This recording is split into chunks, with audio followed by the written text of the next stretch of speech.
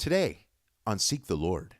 Hi everybody, it's Pastor Mike out here at New Heart Place. Glad you came to spend some time with me again. Today we're going to talk about pride versus humility.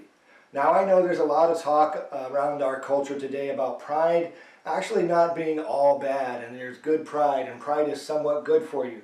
And while I wouldn't argue with anybody that it's a good thing when you can take pleasure in doing a good job and having something that you work hard at turn out good. That's a good thing. It's when that feeling goes into building yourself up into something more than you are because of something you've done, and calling that pride. That's a lot like the pride that Satan had. And in Isaiah 14, verse 13 and 14, the Bible talks about the I wills of Satan. I want to read them to you.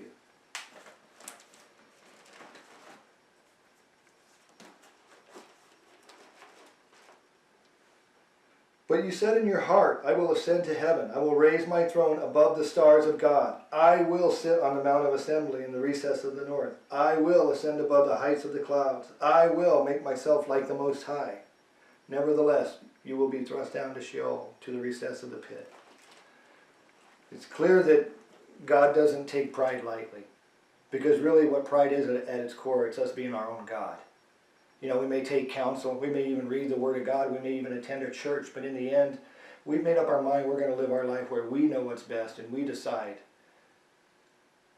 even when we know in our heart that God has told us something different, we're going to go with what we decide. That's pride at its simplest.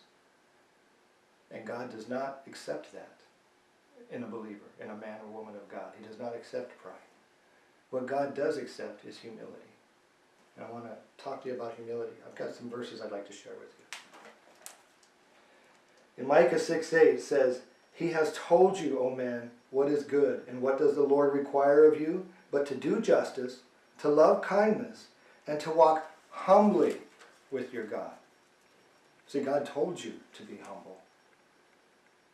That's why it's good to be humble. God designed us to be humble creatures. That's why it's good to be humble. So you have your Creator, the one who would have made the instruction manual, as it were, giving you instruction on how to live. And He's telling you right here in this verse, as plain as day, here's what I require of you. And you heard it for yourself. Walk humbly with your God. So God told you to be humble. That's why we want to be humble.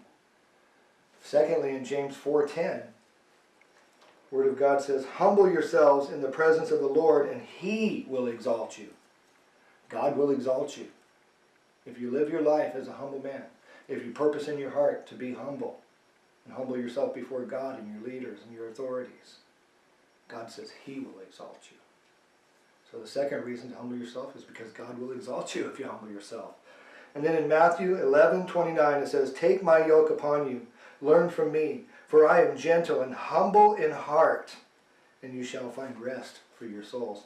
This is God describing Himself as Jesus the man, being humble in heart.